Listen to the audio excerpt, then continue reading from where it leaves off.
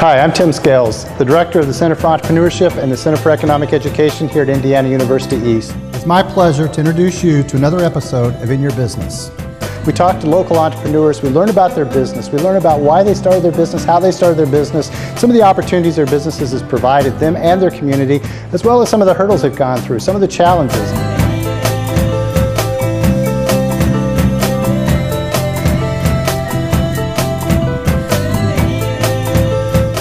Welcome to another episode of In Your Business. Today we're going to learn from an entrepreneur that's got a business down in the Depot District, which is one of the older districts in Richmond, Indiana. But they've got a coffee shop and they've also got a tap room. And they're really interesting because there's 4 owners involved in this entrepreneurship venture. So it's going to be fun to just learn from one of them today and hear about how that's working. So I would like you to share with us a little bit about Roscoes, but we're also going to share about yourself and just learn about how a partnership works. So I don't know if you go by Mr. Ward, if you like to go, by Jarod, or how you like to go, but we're going to learn from Jarod Ward today. And Jarod, welcome to the show. Thank you. So what I'd like to do, Jarod, is we're going to learn about Roscoe's. We're going to know what you guys do there. Mm-hmm. We're also going to find out about you and some of the other owners. We're going to find out about what you've done in the past, but we're going to find out what you're doing currently and what your plans are for entrepreneurship. Sure. So you want to start off with just kind of telling us about what your goals were as you were growing up? What did you see yourself doing? What did you want to do as a career? Major League Baseball player, like every other young boy. Yeah? Did you play baseball? I did, yeah. Were you good? Could have been better. Okay. But yeah, I love the sport. It was one of those things where I was playing every day. I'd play, if I didn't have anyone to play with, play by myself and that sort of thing. So. Okay. So what position do you play now? Outfield. I was center fielder growing up and loved the outfield, diving all over the place and that sort of thing. So. Okay. So you grew up playing baseball, thinking you're going to be a baseball player. Mm-hmm. Then reality sets in, when you get in high school. Mm-hmm. And in high school, did you have any idea what you wanted to do, or do you still think you're going to be playing baseball? No, it was kind of reality. I knew my stature, it wasn't going to happen. But high school, I was just another one of those high school kids that loved to play. Didn't study a whole lot and that sort of thing. Mm-hmm. Had all the the smarts to do it, but did well on tests, but played rather than did homework and that sort of thing. So okay, well that's typical. I have that at the university as well. Yeah. So now Jarod, as you approached graduation of high school, then you jumped into your career path. So kind of tell me where you went there. Did you what have you done? I wanted to go to college, but again, my grades they weren't great as far as scholarship and that sort of thing. Grew up in a family of 5 kids. My father worked. My mom, did some here and there. She raised the family a lot. But it just didn't happen for me. I tried to go, and then it just kind of fell apart. So went into the world of work, as they say. Okay. So you've been working, at a full-time job, mm-hmm. making a career of that, mm-hmm. and you tell me now you're back in school, though. Yes, I am. All right. So what are you doing? Going for elementary education. So you want to be a teacher? Yes. All right. So has that been a goal of yours for quite a while, or? Yeah. I mean, when I tried to go back in '99, that's the field I was wanting to go into. Love teaching, love coaching, that sort of thing, and enjoy kids and. Just trying to make it a reality now. Sure. Well, are you fairly close to graduation? I'm getting about halfway there. Halfway. Yeah. All right. Well, that's great. Maybe I'll have you in a class. Yeah. So, it's interesting though. It's good to see that you're kind of following your path of dreams, mm-hmm. because you've been working for quite a while, mm-hmm. and now you're furthering your education. Hopefully, you get back into teaching. Yep. But you're an entrepreneur. Yeah. So, Roscoe's, it's time for us to learn about it. Learn Sure. about what Roscoe's is and how it all came about. So just tell us a little bit about what Roscoe's represents. We're a coffee bar and tap room. Okay. Mike and Terry Weedall started the business. It's going on 3 years ago now. They just always loved the vibe and the atmosphere of a coffee bar. Loved craft beer, that sort of thing. And they figured putting the two together, there's enough arguments and battling back and forth in life and politics and that sort of thing, and they figured bringing people together that way in that sort of community atmosphere was something that they have always wanted to do. they've both been involved in the Richmond area. They grew up in Richmond, went to Richmond High School, and they just love the area and wanted a place for the community to come and hang out and chill out, enjoy life. So Mike and Terry started the coffee as Roscoe's. Is that correct? Did it start just as a coffee shop? No, it was, well, it did initially. Okay. It was just a coffee shop with the tap room coming. So when they opened it up, liquor licenses and that sort of thing, it took a while to get that going, but eventually the beer came shortly thereafter. And, okay. So then they've added the tap room, but in addition, you've got coffee, you've got beer. What else? Panini sandwiches, muffins, like your little small baked goods, that sort of thing. So vegetarian options, smoothies, fraps, lattes. So a person could come there in the morning and have coffee and just something small for breakfast, or they can come back for lunch. Yeah, breakfast sandwiches and wraps and that sort of thing, and then lunch, dinner, simple. So you guys are there for dinner as well. So yeah. So you're there early in the morning till late at night? I'm not there myself. No, Okay. I work a full-time job on the side, but we have employees, there till we're open from 7 to 9 during the week, and then 8 to 11 on the weekends. So 8 in the morning to 11 p.m. and 7 in the morning to 9 p.m. through the week. Okay. Yep. 11 to 5 on Sundays. Oh, you're there 7 days a week then? Yep, 7 days a week. Okay. Okay. Excellent. So how many people are employed there? Currently we have about 7 employed there. Wow. And there's 4 owners, which is kind of fun because on the show, a lot of times I get sole proprietors, I get, people that work on their own. Then occasionally I'll get a partner that's maybe just 2 people. But to get 4 owners working together, that's fascinating actually. That's a lot of fun. Yeah. And when did you become an owner? About a year and a half ago. Okay. They brought me in. I had been roasting coffee for years. Really enjoyed it. Never really liked coffee. And then a buddy of mine had this small little air roaster, and he said, "Hey, try this coffee." And I did, and I couldn't believe how good it was. And it was the fact that it was freshly roasted. Started looking into it even more, and just fell in love with the process of coffee. A lot of people don't realize, what it takes to get to that cup of coffee. The farming and the process of how it develops that way. So I realized how great fresh coffee was, and that's what we do. So everything that we brew at Roscoe's now is 24 to 36 hours old, as far as from being roasted. And most all the coffee you get anywhere else, it's stale. Okay. Even Even if it's a whole bean, people get that, that misnomer as far as, well, I buy my coffee whole bean, and they get the smell and that fragrance as they grind it and how fresh that smells, but it's still not a fresh bean, just because, if you can imagine where it's packaged, shipped, sits on the shelf and that sort of thing. Okay. So how did you learn this? How did you learn to do this? It was just the process of investigating, how the whole process worked, and just was able to, was just interested in it. I love the process of things, and that really sparked my interest. And then I realized how good coffee could be if it was done properly, and so that's what we try to do at Roscoe's. So you didn't like coffee? No, I was You tried it. Yeah, it was, I was like everybody else, and it's still one of those things that we try to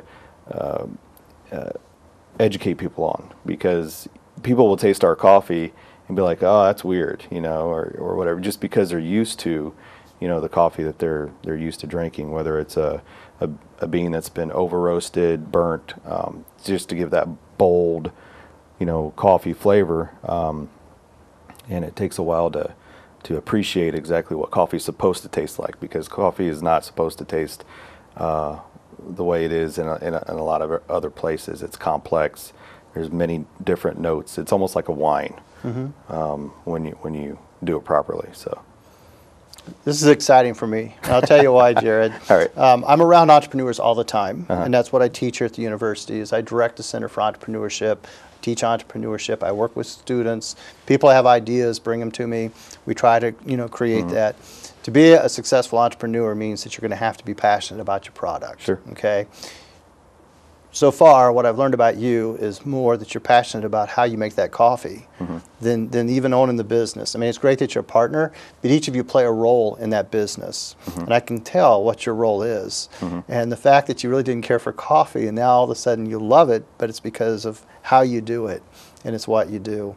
It gets me excited to try your product because of the fact that, you're so passionate about it. Did you see yourself ever becoming an entrepreneur?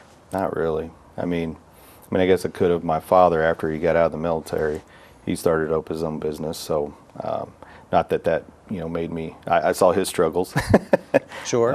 and that sort of thing. Sometimes you just want a steady paycheck, but it's something like you said. We're very passionate about. We love what we do.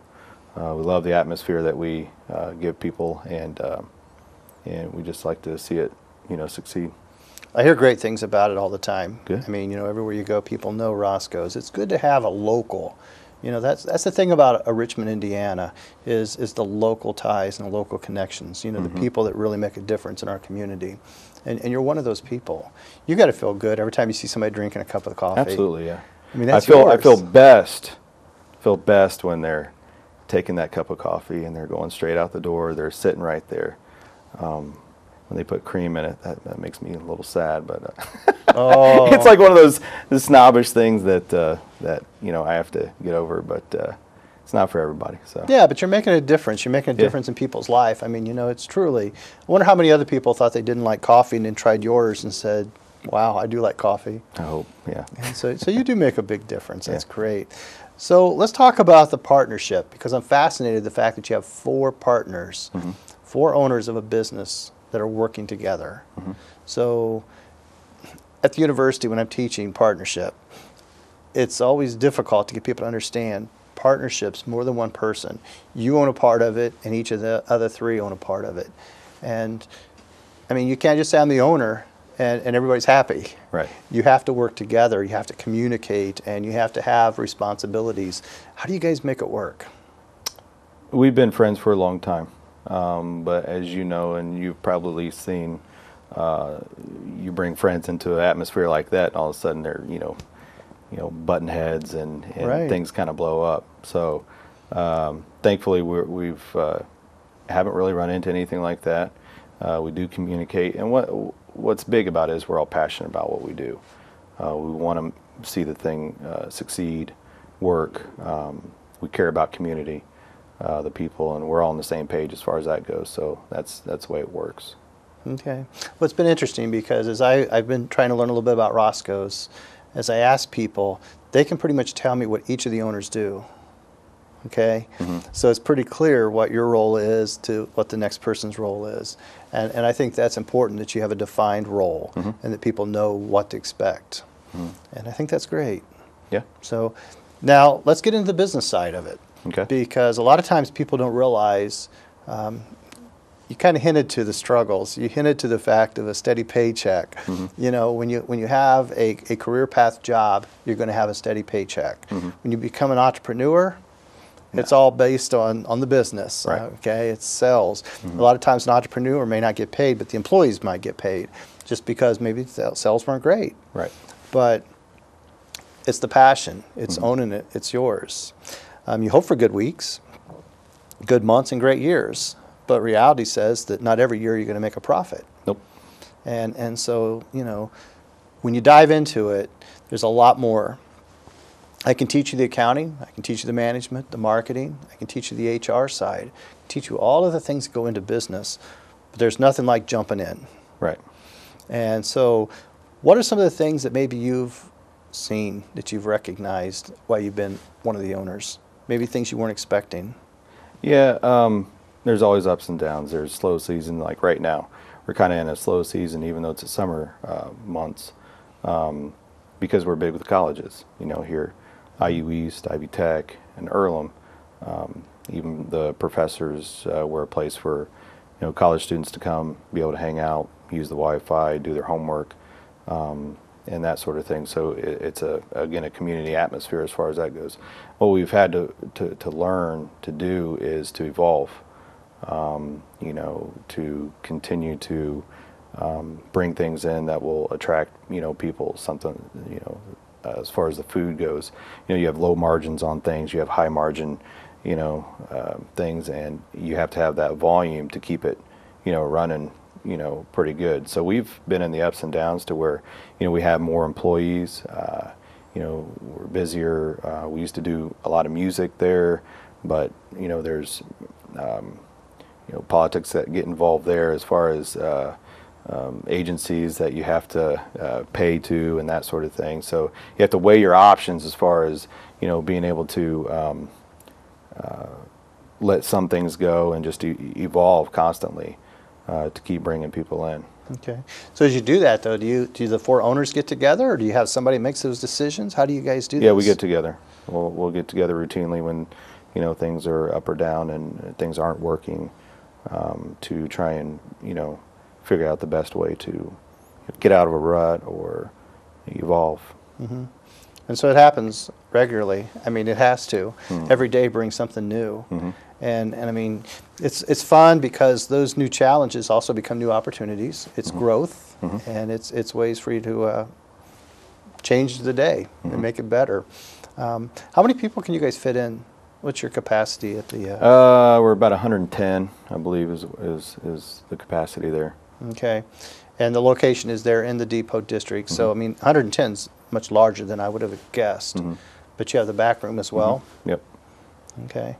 And do you have entertainment there from time to time? Or? Time to time we do.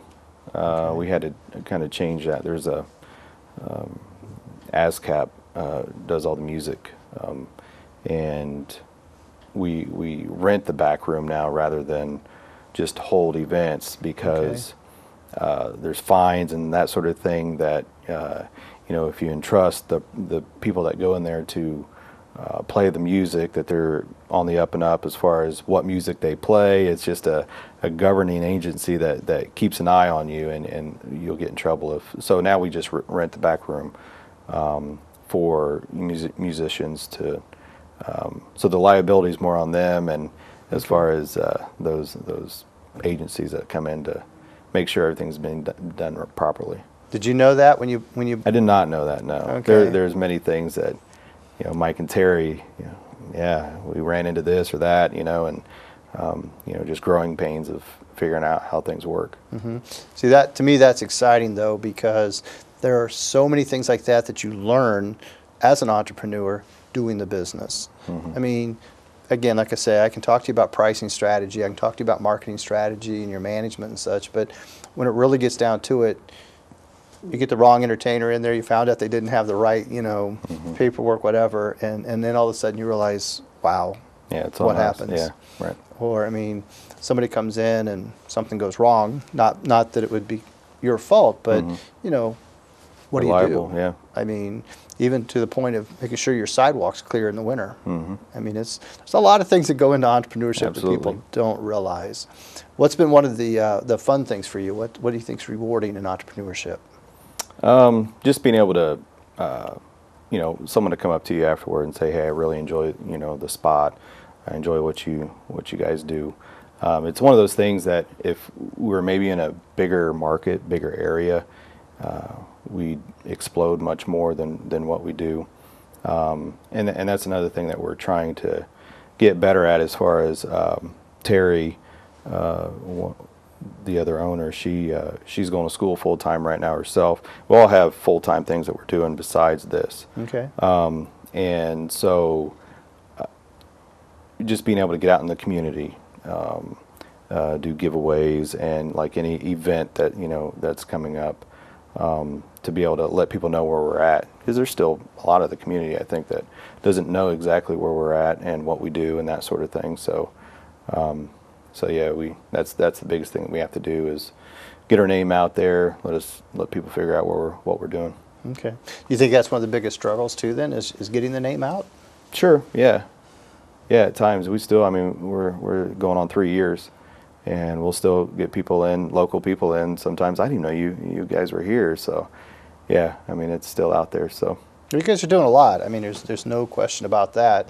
And I mean, when it comes to just taking care of the customer, I mean, you said you got 7 people, and you're there 7 days a week. I mean, that's probably difficult too, is just scheduling the right times for the right people. Sure, yeah, and that's, we have to figure out constantly when our slow times are, because, payroll's a big, money piece of it, Oh, is to be able absolutely. to be able to do that, overhead's big with businesses.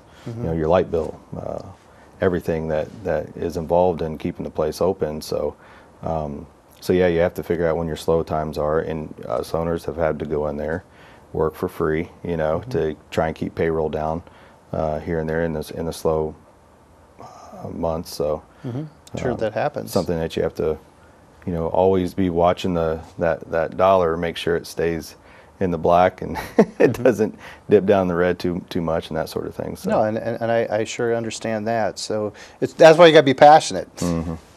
I know you're doing it part-time. Okay, you're an investor, but you're doing a big part of the business. How many hours do you think you're putting in? Oh, let's see, probably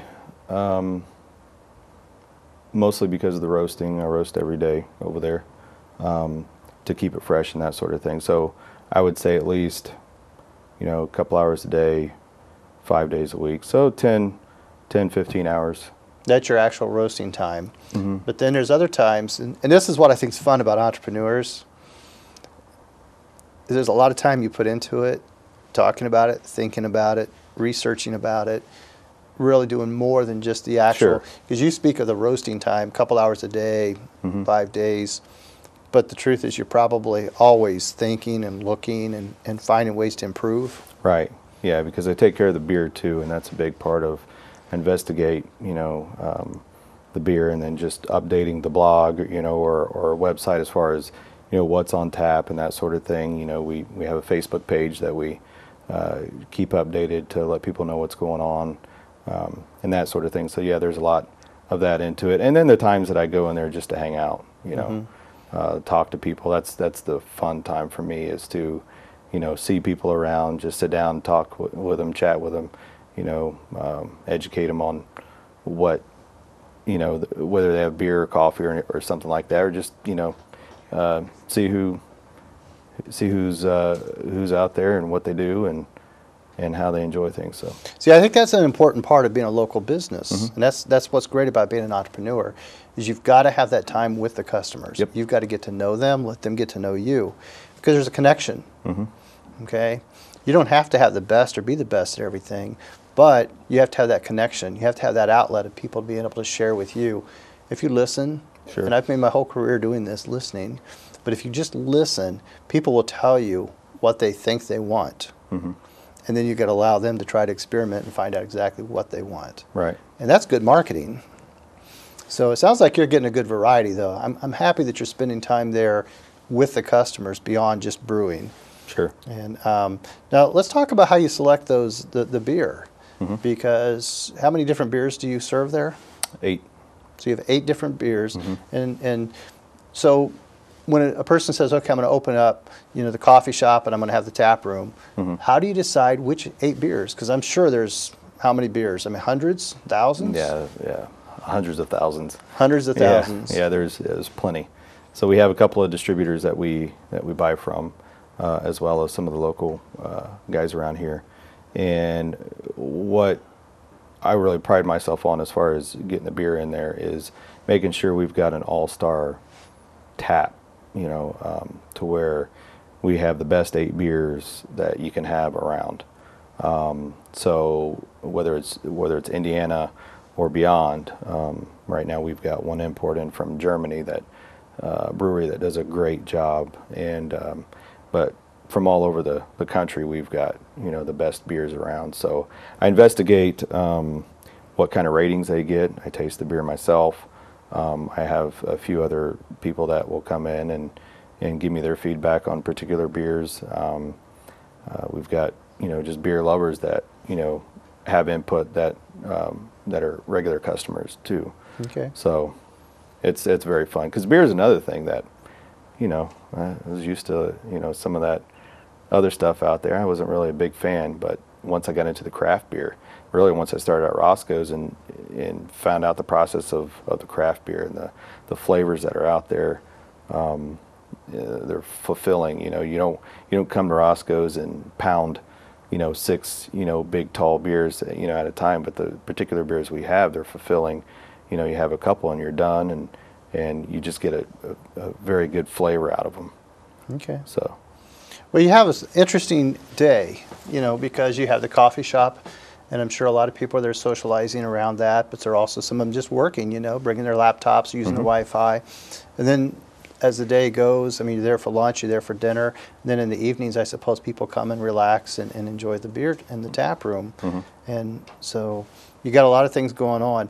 I'm excited because I can tell that you do the research. You know exactly what is going on in your business. It's always fun to find the local people, the people you can talk to, so that if there's something that you really enjoy, something maybe you don't enjoy so much, they can share with you and you'll respond. Sure. And I think that's great. When it comes to entrepreneurship, you're exactly what I look for. You're the role model I look for students. Well, thank you. And I hope that you would be willing to share with students as we go. Sure. And let them learn from you. And not just my students, but I think of anybody who's wanting to learn entrepreneurship as a student. So anybody within the community. And they have to share they have to learn the process. It's hard. It is. And it's rewarding because it's yours. It's satisfying to see somebody drink that coffee and know that you were from the beginning of it.